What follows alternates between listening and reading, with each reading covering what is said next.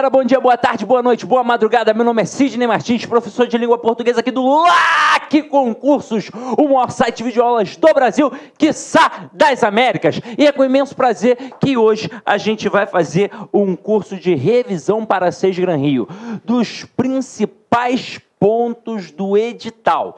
E a gente já começa a entender um pouquinho do perfil agora. Se liga só. Eles colocam normalmente 40% de análise textual e 60% de análise gramatical, tendo em vista que a Sesgran Rio é uma banca com visão tradicionalista. O que isso significa? Que você não vai precisar ficar desesperado, sabendo, pelo menos em língua portuguesa, qual é a visão do Bechara, qual é a visão do Celso Cunha, qual é a visão do Manuel Pinto Ribeiro, qual é a visão do Said Ali. Você não vai precisar se preocupar com isso. A visão da Sesgran Rio é uma visão tradicional, ou seja, é aquilo que você viu na escola, ou pelo menos deveria ter visto. Então é algo basicamente tranquilo. E as questões são bem elaboradas. Se existe uma boa banca, é a Sesgran Rio. O aluno às vezes até me pergunta assim: Sidney, eu não sei para qual concurso eu ainda vou concorrer, mas eu quero me preparar. Mas eu não sei se eu vou encarar o CESP, se eu vou encarar a FGV, se eu vou encarar a FCC, se eu vou encarar a Sesgran Rio, se eu vou encarar uma VUNESP, uma IBFC, um Exatos, um Instituto OACP, uma Consulplan. O cara não sabe. Aí eu digo assim, ó, se você ainda não sabe qual é o concurso que você vai encarar, qual é a banca que você vai encarar, mas já quer se preparar, prepare-se em língua portuguesa pela Sesgran Rio, porque é uma banca muito abrangente, ela de fato trabalha vários pontos gramaticais, então você fica forte, você fica afiado, tá? E aí como é que a gente vai fazer aqui? A gente vai colocar como se fosse uma prova. Eu vou começar de fato com um texto, algumas questões de análise textual, e depois eu vou brincar com a parte gramatical. Só que é o seguinte, a cada tópico, a cada assunto, a gente vai fazer um mini resumo teórico. Dependendo do assunto, vai precisar de um pouco mais ou um pouco menos. Mas por quê? Porque não é uma aula apenas de correção de questões. Eu não vou simplesmente chegar e falar, ó, tá vendo essa questão aqui? Letra A, pronto, acabou. Não é assim. Eu vou te dar um suporte, uma base. Claro, o ideal é o cara ter feito o curso de teoria todo. Mas vamos supor que você, infelizmente, não teve tempo e decidiu apenas adquirir o curso de véspera para fazer uma revisão. E aí, como é que funciona? Eu não vou entender a questão porque eu não tenho a base gramatical? Não, não se preocupe, porque eu vou te dar essa base, tá? Então vamos começar aqui. Você vai observar que a gente começa com a questão do texto. Mas antes de partir para o texto, eu vou explicar algumas coisas. Primeira rotina. Quando você faz uma prova de concurso público que tem uma redação, a primeira coisa a fazer é a redação. E aí você não passa limpo. Para quê? Para se distanciar. Porque você precisa enxergar os próprios erros. Depois você vai para a prova e nem passa limpo. Você só passa limpo depois que você terminar toda a prova, que você vai passar limpo porque você vai entender. Aí depois você vai para a prova e você vai fazer a matéria que você mais sabe primeiro.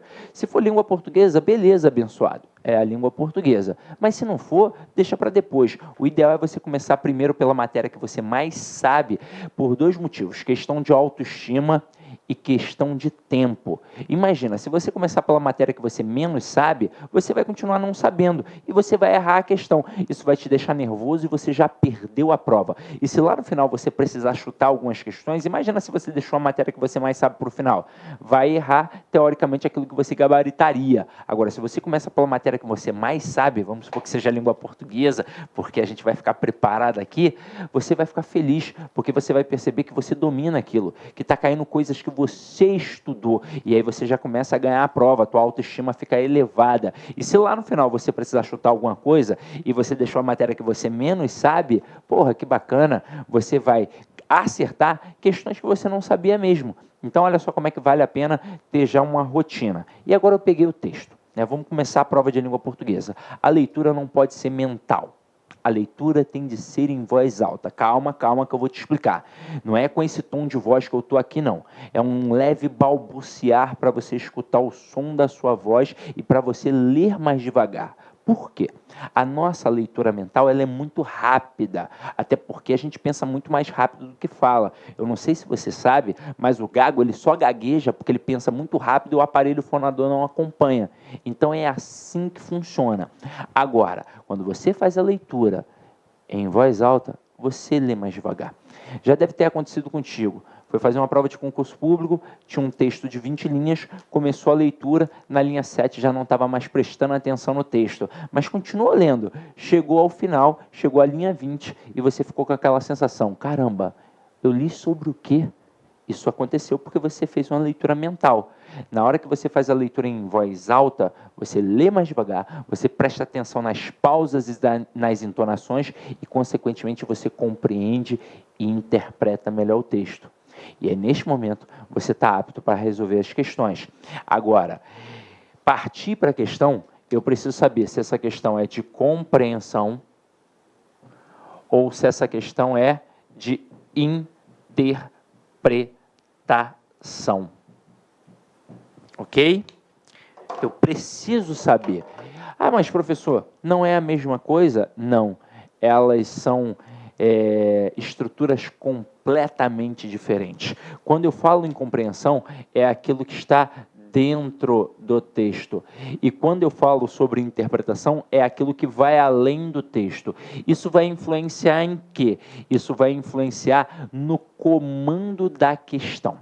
Se a questão é de compreensão, obrigatoriamente ela vai te jogar para dentro do texto. Como é que vai ser o comando? Vai ser segundo o texto, de acordo com o texto, ou então simplesmente no texto, ou na linha tal, no termo tal, no período tal, no parágrafo tal, e por aí vai. Agora, se a questão te direcionar para uma parte do texto, levanta as mãos para o céu. Se a questão falou assim, ó, no parágrafo 2, no parágrafo 3, ou então na linha tal, no termo tal, pô, levanta as mãos para o céu. Ela está facilitando a tua vida. Então, por exemplo, se a questão me manda para a linha 6, eu não vou dar mole, eu não vou ter preguiça, eu vou até a linha 6 e vou destacar o termo que está ali na linha 6. Por que eu vou fazer isso? Porque a resposta estará ali naquele entorno. Suponhamos que tenha sido a questão 1. Eu vou até botar o número 1 ali, para saber que a resposta da 1 está ali naquele entorno. Agora, e se a questão 2 te mandar para a linha 19? Você vai lá na linha 19 e vai destacar o termo na linha 19. E ainda vai botar o número 2 ali. Sabe por quê? A resposta com certeza estará naquele entorno. O que eu estou querendo dizer com isso? Que basta ter calma e atenção que você vai achar a resposta. Até porque ela está dentro do texto. Então, qualquer pessoa alfabetizada é capaz de acertar uma questão de compreensão. E, para nossa sorte, em concurso público, a maioria das questões são de compreensão. Agora, quando é de interpretação, de fato o bicho pega, porque vai além do texto, o comando vai mudar completamente. Não é mais agora, segundo o texto, de acordo com o texto. Agora vai ser o que o autor quis dizer, infere-se que, deduz-se que, analisa-se que, interpreta-se que, então mudou. E se eu estou falando que vai além do texto, eu estou sim falando de conhecimento de mundo. E quanto maior o teu conhecimento de mundo, maior a tua capacidade interpretativa. E eu agora digo que você tem sim que ter lido bons livros, ter visto bons filmes, ter escutado boa música, idade conta. Um homem de 40 anos é muito mais experiente que um homem de 20, e viagens, tudo isso vai contar. Aí você vai falar, poxa, então eu estou ferrado, porque eu só vejo Sessão da Tarde, escuto Jojo todinho, mas para nossa sorte, como eu disse a vocês, as questões são na maioria das vezes de compreensão. E quando são de interpretação, ainda assim terão o texto como base. Terão o texto como base. E eu só tenho 3 possíveis erros interpretativos. Só 3. E isso é um facilitador para a gente. Por quê? No preparatório para concurso, seja ele online ou presencial, você não vai conseguir adquirir conhecimento de mundo. Você viu o que eu acabei de falar? Conhecimento de mundo é uma bagagem de uma vida inteira. Alguns aspectos precisam ser dominados. Você precisa entender o que estava acontecendo num contexto cultural ou histórico para, de repente, entender um texto. Então, é uma bagagem. E não é só um texto escrito. É um filme, é uma música, é uma piada. Então, às vezes, você fica assim, com cara de tacho. Está todo mundo rindo de uma piada e você não está rindo. Porque você não tem a bagagem, você não tem o contexto, você não tem a informação que permite o riso.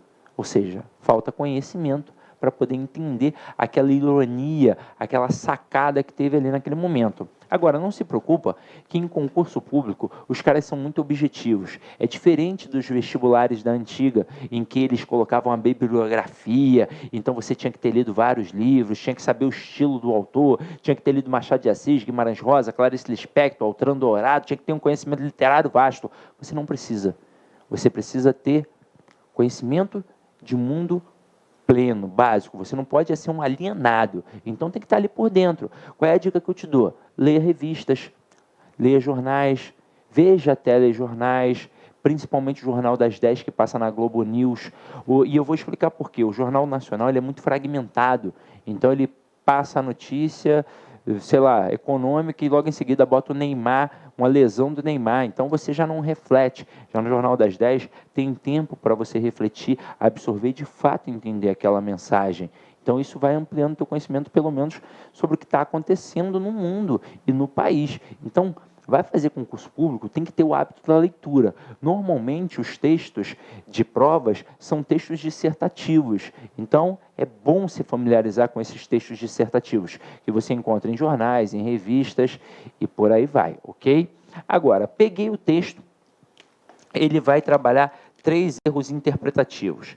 Ele pode trabalhar o erro da redução, ele pode trabalhar o erro da contradição e ele pode trabalhar o erro da extrapolação.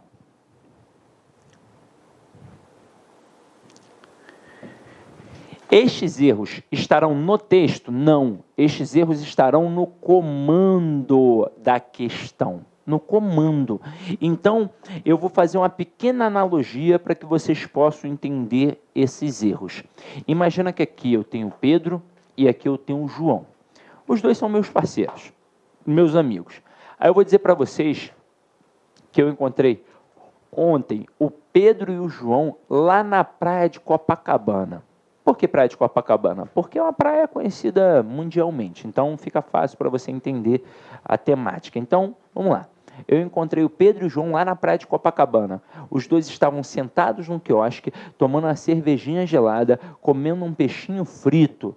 O Pedro estava de sunga branca e o João de sunga amarela. Aí eu pergunto, o que você interpreta disso? Se fosse uma turma presencial, uma turma com vários homens, a galera já ia dar uma sacaneada no Pedro e no João. E você já deve estar imaginando por quê, mas agora vamos lá. Vamos imaginar aqui essas 3 etapas. O que seria um erro de redução? Seria dizer, por exemplo, que o tema central do texto é a cerveja. E ora, não tem como. Afinal de contas, a cerveja foi apenas um elemento utilizado no texto. Seria reduzir demais. Então, isso é o erro de redução. O que seria o erro de contradição? Seria dizer que Pedro e João são inimigos. Nossa, não tem como. Eles estão batendo um papo, tomando uma cerveja na beira da praia, com trajes de banhos. Então, é dizer exatamente o contrário do que está no texto. E isso aqui cai muito. Por quê? Porque o avaliador sabe que você fez uma leitura desatenta. Então, ele troca uma palavrinha, troca uma expressãozinha e já te derruba. Então, tem que tomar muito cuidado com isso. E o que seria o erro de extrapolação? Seria extrapolar as margens do texto.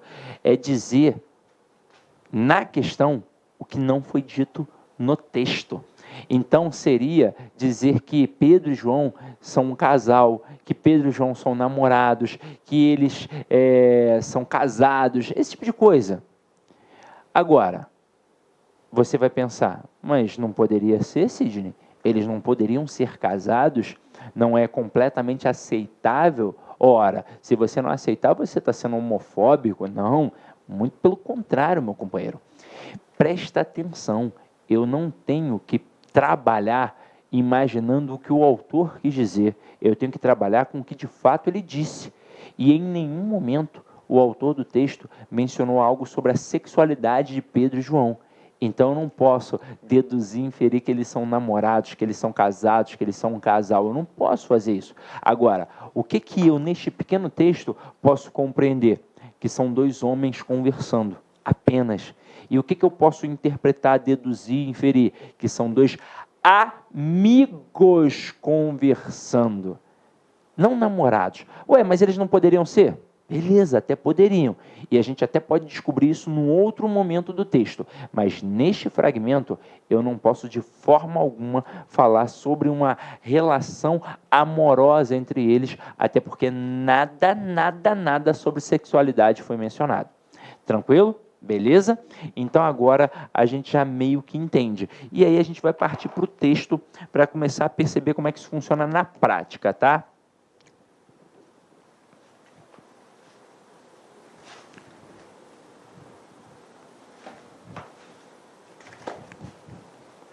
Olha aqui o título do texto, que interessante. Ó, vou até sair da frente aqui. Para não ficar... Deixa eu apagar aqui para não ficar poluído visualmente. Ó. O jeitinho brasileiro e o homem cordial. Sem olhar o texto, o que a gente pensa com o conhecimento que a gente tem do nosso dia a dia? Primeira coisa, o jeitinho brasileiro é muito conhecido. É muito comentado. É a questão de querer se dar bem, da malandragem, esse tipo de coisa. Aí a gente bota, e o homem cordial? Aí o que a gente pensa nesse exato momento? É um homem que é gentil, que age com cordialidade. Então, se o cara quer se dar bem, se ele é esperto, ele vai tratar o outro bem, né? Então, poxa, eu quero que você me faça um favor. Eu não vou chegar e ser carrancudo, não vou chegar bronco, eu vou chegar todo, né, de não me toques ali, dando um bom dia, uma boa tarde, você tá bonito, tá cheiroso, tá cheirosa, não sei o que, alguma coisa assim do tipo. É mais ou menos isso. Agora, esse é só o título. E a gente ainda não leu o texto. Então vamos agora começar a entender o que de fato o cara quis dizer quando ele botou este título. Então, no mínimo, eu já sei que ele vai falar sobre duas coisas. Sobre a questão do jeitinho brasileiro e sobre o que é ser um homem cordial. E como isso se mistura. Então, vamos lá. O jeitinho caracteriza-se como ferramenta típica de indivíduos de pouca influência social. Então, já é uma mensagem que ele começa no início do texto a defender, dizendo que este famoso jeitinho é a ferramenta de indivíduos de pouca influência social. Até porque, se você parar para pensar, se o cara tem muita influência social, ele não precisa do jeitinho. As portas se abrem para ele. É assim que funciona. Ele não precisa ficar fazendo o famoso jeitinho. Ele é importante, então não precisa. Teoricamente. Aí ele coloca assim: em nada se relaciona com um sentimento revolucionário, pois aqui não há o ânimo de se mudar o status quo.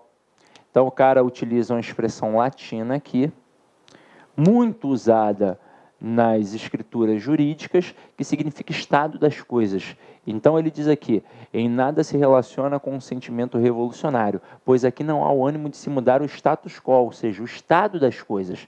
Não quer se mudar nada.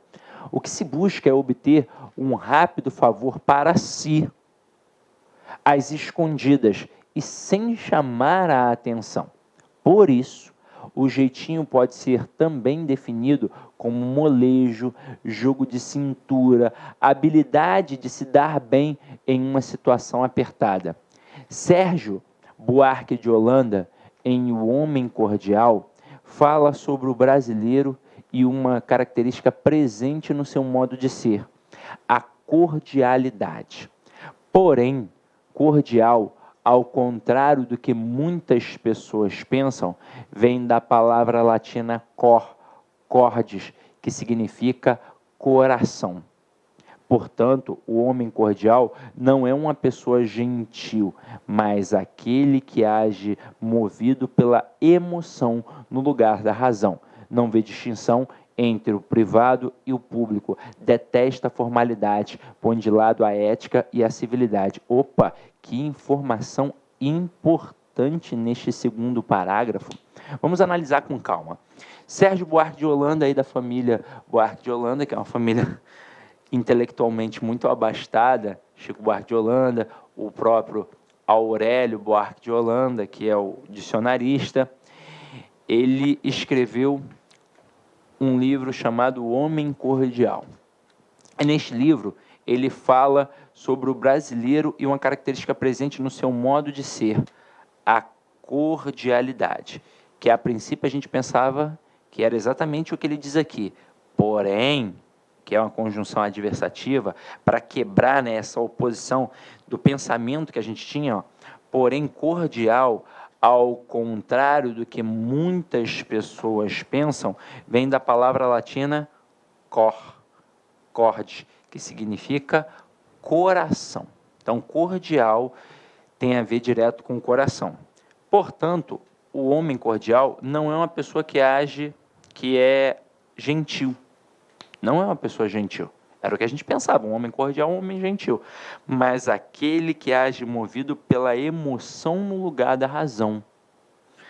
Aí ele coloca assim, não vê distinção entre o privado e o público. Detesta a formalidade, põe de lado a ética e a civilidade. Então tá aí uma das causas para o famoso jeitinho brasileiro. Por isso que tem a ver. Aí ele coloca aqui, na continuação do texto, ó, em termos antropológicos, o jeitinho pode ser atribuído a um suposto caráter emocional do brasileiro, descrito como homem cordial pelo antropólogo. No livro Raízes do Brasil, que também é do Sérgio Buarque de Holanda, esse autor afirma que o indivíduo brasileiro teria desenvolvido uma histórica propensão à informalidade. Deve-se isso que, ó, esse pronome, ele retoma tudo que foi dito aqui, ou seja, o indivíduo brasileiro teria desenvolvido uma histórica propensão à informalidade. Deve-se essa histórica propensão à informalidade, ao fato de as instituições brasileiras terem sido concebidas de forma coercitiva e unilateral. Aí ele está com a vírgula aqui para explicar o que é coercitiva e unilateral, não havendo diálogo entre governantes e governados, mas apenas a imposição de uma lei e de uma ordem consideradas artificiais, quando não inconvenientes aos interesses das elites políticas e econômicas de então. Daí a grande tendência fratricida observada na época do Brasil Império, que é bem ilustrada pelos episódios conhecidos como Guerra dos Farrapos e Confederação do Equador. Então vamos lá. Ele aqui, quando diz que as instituições foram concebidas de forma coercitiva e unilateral, ele quer dizer que manda quem pode e obedece quem tem juízo. Então, no final das contas, o governo coagiu, impôs, e o povo teve que aceitar, porque foi unilateral, ou seja, não teve diálogo. Não se abriu para ter o diálogo. Nunca teve isso dentro da nossa sociedade. Então, é por isso que manda quem pode, obedece quem tem juízo. E aí essa histórica propensão à informalidade é mais ou menos como? Ora, se o Estado sempre está mandando, sempre está me ferrando, eu tenho que arrumar alguma forma de burlar. E é daí que surge o gato, é daí que surge a furada de fila, é a famosa questão do jeitinho brasileiro. É como se fosse uma revolta com quem sempre mandou impondo. Aí ele continua e fala que,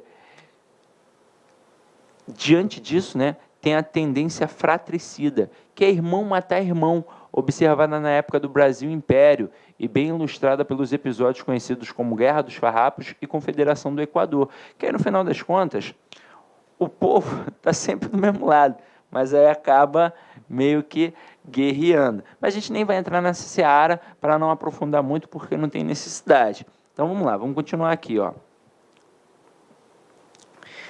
Deixa eu só apagar aqui, ó.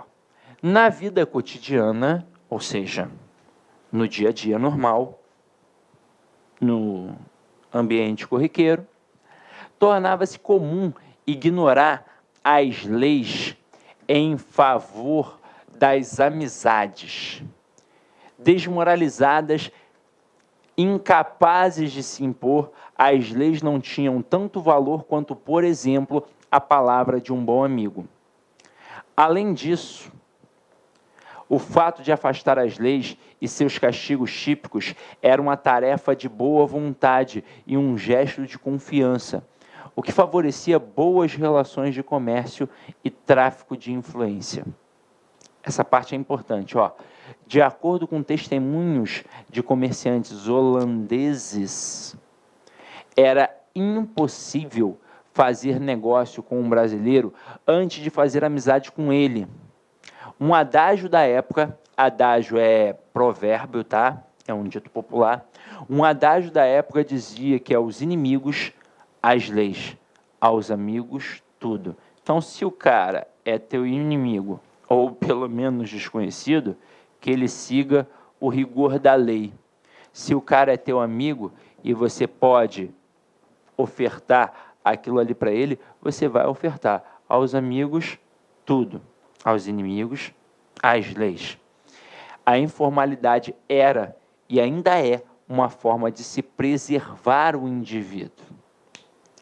Então, essa informalidade, essa concepção de preservar o indivíduo, é como se ele não seguisse as regras. É como não.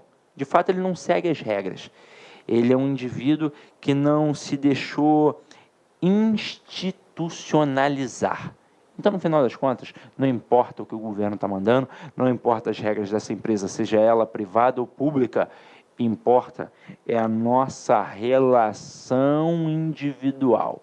É a nossa relação, é a relação que eu tenho com você, é a relação que você tem comigo. Então, se você é meu amigo, beleza, eu vou facilitar a tua vida. Se não é, irmão, olha só, tem um monte de regra ali. Segue aí essa burocracia e pronto. Aí agora, para finalizar, o Sérgio Buarque avisa. Então, Sérgio Buarque avisa, no entanto, uma conjunção adversativa aí, que esta cordialidade não deve ser entendida como caráter pacífico. O brasileiro é capaz de guerrear e até mesmo destruir. No entanto, suas razões animosas serão sempre cordiais, ou seja, emocionais. Então, no final das contas, ele faz aqui uma distinção entre o cara que é cordial e o cara que é pacífico. O pacífico é o cara passivo, é o cara que aceita, é o cara que não briga. O cordial, ele pode brigar. Agora, o que ele enfatiza aqui? Que essa briga é pela emoção. Me atingiu, eu fiquei incomodado, eu, Sidney, o indivíduo, aí sim eu vou brigar. Mexeu com as minhas emoções, eu vou cair para dentro. Então, ele mostra essa distinção. Aí agora a gente vai para a questão, para começar a entender como funciona as pegadinhas que a Seisgram Rio elabora para o aluno. E como são as facilidades também. Então, vamos lá. Como é que ele começa? De acordo com o texto. Então, se liga. Se ele bota de acordo com o texto, significa que é uma questão de compreensão. Você vai encontrar a resposta dentro do texto. Aí ele vem e diz assim, é incorreto afirmar que. Neste momento, ele vai pegar vários fragmentos do texto e vai colocar aqui. E você vai ver se aquilo está certo ou errado. Olha como é tranquilo. Na verdade, você já leu o que está aqui nas alternativas, lá no texto. Você só vai confirmar, opa, isso de fato está lá no texto. De fato ele falou assim. Mas quando ele bota esse incorreto e ele joga aqui várias alternativas, ele costuma brincar com uma coisa que a gente usa na leitura dinâmica. Quando a gente faz um curso de leitura dinâmica, a gente não lê tudo, a gente lê fragmentos e o cérebro ele vai preenchendo, porque o nosso cérebro ele é muito forte. Então o que acontece? Ele vai pegar uma dessas alternativas e vai fazer um Ctrl+C, Ctrl+V. Ele vai copiar e colar. Vai parecer certinho. Por quê? Ele vai começar da mesma forma que estava lá no texto. Aí o teu cérebro vai fazer o quê? Uma economia. Pô, ele já leu aquela informação, ele agora vem e preenche. Então, se você não fizer uma leitura muito atenta, você erra esse tipo de questão, que é uma questão teoricamente fácil. Por exemplo, eu peço para que você faça a questão logo. Não espera eu resolver para você ver como é que é, porque senão vai virar uma muleta. Então, pega o material que você tem aí à sua disposição, faça logo todo ele e depois acompanha só a correção, tá? Então, agora, nesse momento, vamos começar para valer. Olha o que ele diz aqui na letra A. O jeitinho brasileiro é um comportamento típico de indivíduos de pouca influência social. Isso é verdade, isso está na primeira linha do texto. Ó. Vamos olhar aqui. Ó. O jeitinho caracteriza-se como ferramenta típica de indivíduos de pouca influência social. Pronto. Agora ele continua e ele coloca assim, ó, e avessos à formalidade. Neste momento, o que acontece com o candidato quando está ali nervoso? Ele pira, porque ele não vê isso em seguida. Se você observar aqui, ó, você não vai ver isso em seguida no primeiro parágrafo, essa questão de ser avesso à formalidade. Mas se você continuar com a leitura, você vai ver que aqui no final do segundo parágrafo, ele diz que o brasileiro, que é cordial, que age pela emoção, detesta formalidade. E aí você vai jogar com o seu conhecimento vocabular. Se ele detesta a formalidade, logo ele é avesso à formalidade. Ele não gosta de formalidade. Então, a letra A, ela está certa. Agora, vamos para a letra B.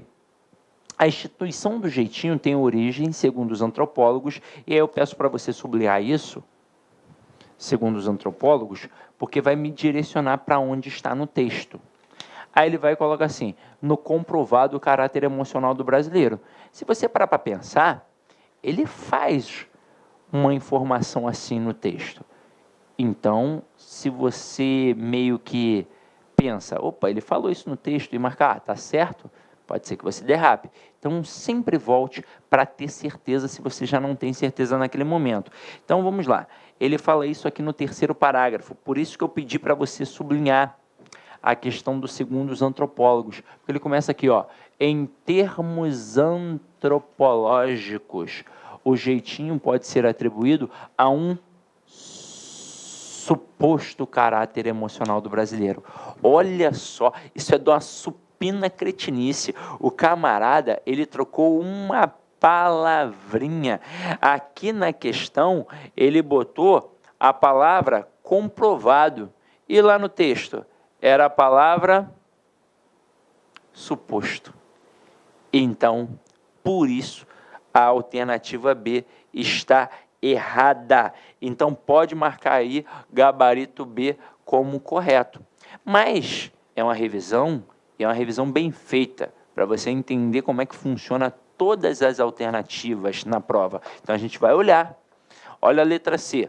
A imposição de leis e de ordens tidas como artificiais pode explicar a propensão do brasileiro para driblar normas. Isso está aqui, ó. Quando ele diz assim,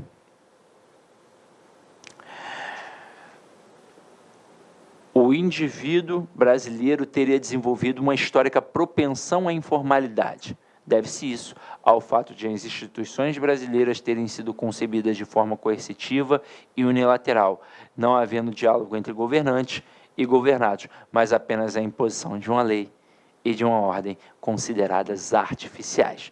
Então, esta informação ela está correta dentro do texto. Agora, a letra D. Na sociedade colonial, afinal de contas, nós somos colônia, não esqueçam, tá? Agora a gente já é república, mas nós fomos colônia. Na sociedade colonial, era comum observar que o brasileiro tendia a valorizar a amizade em detrimento da própria lei. Tem uma parte aqui, ó, que ele coloca que na vida cotidiana tornava-se comum ignorar as leis em favor das amizades. Ele chega até a mencionar aqui o testemunho dos comerciantes holandeses, mostrando que era impossível fazer negócio com um brasileiro antes de fazer amizade com ele. Então, mais uma informação correta. E na letra E, o indivíduo que utiliza a ferramenta do jeitinho age por emoção, ignorando os limites entre as esferas pública e privada. Ele fala isso no final do segundo parágrafo, quando ele diz aqui: o homem cordial não é uma pessoa gentil, mas aquele que age movido pela emoção, no lugar da razão. Não vê distinção entre o privado e o público, detesta a formalidade, põe de lado a ética e a civilidade. É ignorar tudo que tem de regra. É eu trabalhar, por exemplo, no balcão do INSS, sou funcionário, sou servidor público. Aí aparece um amigo meu lá no meio da fila, ele é o 20º. O que o brasileiro faz? Fulano, trouxe a Xerox, veio aqui me entregar. Tem Xerox nenhuma. Mas é para quê? Para o cara furar a fila. É o certo? Não, não é o certo. Ah, mas eu acho que é certo, sim, porque isso já está muito entranhado no nosso modo de ser. Então, a primeira questão a gente fez. Agora, olha aqui a segunda questão. Segunda questão, ele bota assim: com relação à estruturação do texto e dos parágrafos, analise as afirmativas a seguir. Primeira coisa, quando ele fala estruturação do texto, ele fala do modo de organização desse texto. Esse texto poderia ter sido narrativo, descritivo ou dissertativo. O que é um texto narrativo? É um texto cuja base é a imaginação. O texto descritivo, a base é a observação. E o texto dissertativo, a base é a argumentação. Por que as bancas privilegiam a dissertação? Simples. Para e pensa. Todo mundo é ou não é capaz de imaginar? Claro. Óbvio que algumas pessoas são mais sensíveis e mais ricas com essa questão da sensibilidade, da imaginação. Mas eu posso imaginar, você pode imaginar, todo mundo é capaz de imaginar. Agora, se vai ser com requinte de detalhes, não sei. Questão de observar. Todo mundo é capaz de observar. Claro, umas pessoas são mais perceptivas que as outras, então vão reparar mais elementos, mas todo mundo vai observar. Eu posso até não reparar um determinado elemento dentro de um ambiente, mas que eu estou observando, eu estou observando. Agora, argumentar. Nem todo mundo é capaz de argumentar. Até porque quando a gente estuda redação, você sabe que a argumentação são outros 500. Você tem que ter toda uma preparação. Pegando essa estrutura aqui do texto, ele é narrativo, descritivo ou dissertativo? Ele é dissertativo, porque ele defende um ponto de vista. Ele fala sobre essa origem etimológica do jeitinho. E a gente tem que pensar também na questão de poema e prosa. Poema é completamente diferente de prosa. Naturalmente, as pessoas falam diferença de prosa e poesia, o que é uma diferença equivocada, porque eu posso ter poesia dentro da prosa. É algo completamente que não tem a ver com o que de fato deveria ser. A diferença, a distinção é entre poema e prosa. O que é a prosa? A prosa é uma estrutura linear. É um texto que tem início, meio e fim, ou seja, introdução, desenvolvimento e conclusão.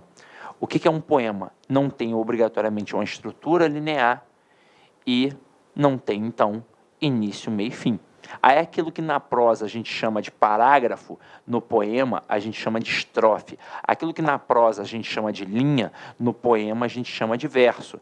Então, esses conhecimentos básicos você precisa meio que ter para entender a questão da estruturação e dos parágrafos aqui. Agora, mesmo que você não tenha, eu vou dizer que é muito fácil resolver esse tipo de questão. Basta você ser obediente ao comando da questão. Obediente. Então, olha só o que ele diz aqui na primeira proposição. Sejam adora isso, ó, botar algumas proposições para você julgar se elas estão certas ou erradas. Porque numa só questão, ele faz, por exemplo, 3. Ele te cansa. É uma questão que vai ser trabalhosa. Na primeira proposição, ele diz assim: o segundo parágrafo introduz o tema discorrendo sobre a origem etimológica de jeitinho. Você vai introduzir um tema, aí você já pensa naquela estrutura da dissertação. O que é uma estrutura da dissertação?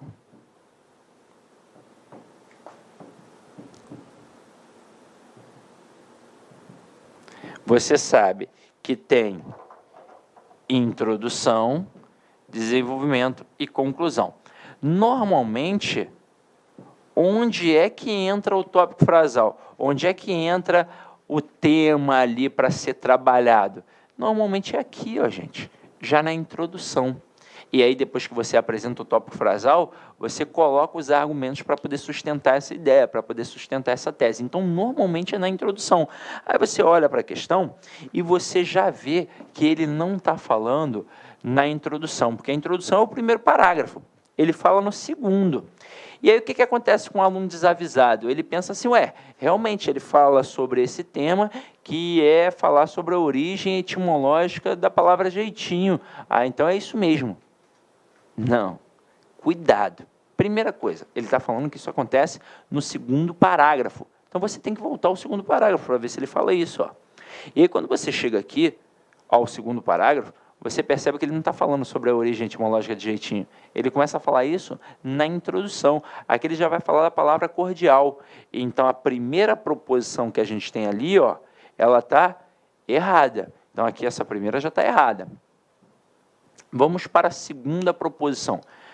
Ele diz assim: o quarto parágrafo apresenta um fato que busca explicar a disposição para a informalidade nas relações comerciais.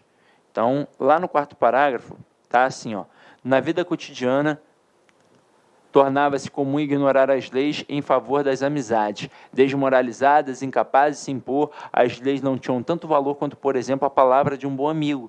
Além disso, o fato de afastar as leis e seus castigos típicos eram uma prova de boa vontade e um gesto de confiança. Eu confio em você, então não vou aplicar essa lei. O que favorecia boas relações de comércio e tráfico de influência, o que a gente hoje chama de networking. De acordo com testemunhos de comerciantes holandeses, era impossível fazer negócio com um brasileiro antes de fazer amizade com ele.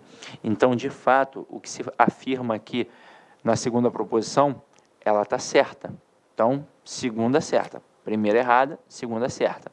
Terceira, ele diz, o quinto parágrafo esclarece as diferenças entre as noções de cordialidade e passividade, que não são sinônimas. De fato, ele bota aqui, ó, Sérgio Buarque avisa, no entanto, que esta cordialidade não deve ser entendida como caráter pacífico. O brasileiro é capaz de guerrear e até mesmo destruir. No entanto, suas razões animosas serão sempre cordiais, ou seja, emocionais. Então, quando ele diz que elas não são sinônimas, isso é verdade. Cordialidade não é a mesma coisa que passividade. Então, segunda e terceira proposições estão corretas. Logo, o gabarito é a letra D de dado. Viram como as questões de texto da Seja Rio não são questões assim tão difíceis? A resposta de fato está dentro do texto? Então, é só fazer uma leitura atenta e buscar com calma que você vai conseguir. Agora, olha a terceira questão. É uma questão muito comum, não só na Seja Rio, mas em qualquer banca. Vou ler o comando. Deve-se isso ao fato de as instituições brasileiras terem sido concebidas de forma coercitiva e unilateral. Tem significação oposta do termo sublinhado, o vocábulo. É trabalhar com o conhecimento vocabular, que estende ao conhecimento semântico desta palavra. Por quê? A gente constrói o mundo a partir das palavras que a gente conhece. É assim que acontece. Então, se uma pessoa é culta, ela tem um conhecimento de um mundo grande, ou seja, ela conhece muitas palavras. Se a pessoa não é culta, ela tem um conhecimento de um mundo pequeno, porque ela conhece poucas palavras. Tanto que uma vez fizeram um teste para observar quem era o homem mais culto do mundo e chegaram à conclusão de que foi o William Shakespeare, porque dentro da obra literária dele tinham mais de 100 mil palavras diferentes. Então, logo, ele era um cara culto. E o concurso público, ele quer o quê? Ele quer um servidor culto, ele quer um servidor que possa entrar e entender todos os comandos que ele vai receber, que consiga entender, que não simplesmente seja um robô, que ele consiga absorver aquilo dali e colocar em prática. Então ele quer um servidor culto, por isso que ele trabalha assim. Agora, qual é o grande problema de trabalhar questões assim? O grande problema é que às vezes o brasileiro tem pouca leitura, então ele não domina alguns vocábulos. E é claro que eles vão colocar palavras não tão utilizadas pela maioria das pessoas no dia a dia. Qual é a dica que eu te dou? Afinal de contas, não é só uma revisão, é dar dica e você ir pegando um monte de coisas. Você tem que ter o caderninho do vocabulário. Na hora que você estiver lendo qualquer coisa, seja um jornal, uma revista, uma apostila, uma prova de concurso, né, que você está fazendo em casa, num site, ou no LAC, ou em qualquer outro local que você baixou, e aparecer uma palavra que você não domina, você tem que, na hora, anotar aquela palavrinha. Não pode ser depois. Esse negócio de, ih, caramba, olha só, essa palavra aqui nunca tinha visto, que legal, aí eu quero saber o que ela significa, depois eu vou olhar. Não, isso depois não chega nunca. Então, você tem que anotar naquele exato momento no caderninho do vocabulário e ir ao Google para pegar o significado, o conceito, ou então no dicionário, né? Hoje em dia a gente tem a facilidade do Google e anota ali. Isso vai te auxiliar em 2 etapas. Quando a tua prova tem redação, auxilia para você ampliar o teu vocabulário na redação. Pois na fala eu posso várias vezes repetir o mesmo termo, mas na escrita, se eu repito, eu demonstro pobreza de vocabulário. Então eu tenho que ter uma bagagem grande para utilizar vários sinônimos e vai auxiliar nesse tipo de questão aqui. Nem sempre o texto vai dar base para você entender, então você vai ter que jogar com o que tem aqui. Aí qual é a dica que eu te dou?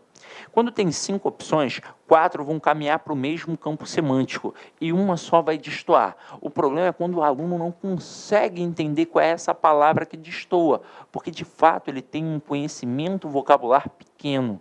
Então é por isso que eu digo, leia, leia e anote as palavras. No texto, o cara me dá a base. Eu até enfatizei na hora da leitura, quando ele coloca aqui, ó, cadê? Deve-se isso, essa histórica propensão à informalidade, ao fato de as instituições brasileiras terem sido concebidas de forma coercitiva e unilateral. Depois ele taca a vírgula aqui e bota não havendo diálogo entre governantes e governados. Então, manda quem pode e obedece quem tem juízo. Coagiu, impôs, ordenou. E aí, quando você pega aqui as questões, as alternativas, perdão, você vai ver que repressora, proibitiva, normativa e tirana tem tudo a ver com coercitiva. Então, aqui, ó, repressor, coagir, proibir. Então, você só faz quando eu liberar. Quando eu proibir, você não vai fazer. Isso é uma coação, isso é uma repressão. Normativa vem de norma, vem de lei. Então, você tem que seguir aquela lei. Tirana, eu estou mandando, estou te coagindo, você vai fazer e pronto, acabou. Agora, olha aqui, licenciosa. O que é a palavra licenciosa? É pedir licença. Por um acaso, em algum momento de nossa história, o governo pediu licença para o povo para poder fazer alguma coisa? Nunca.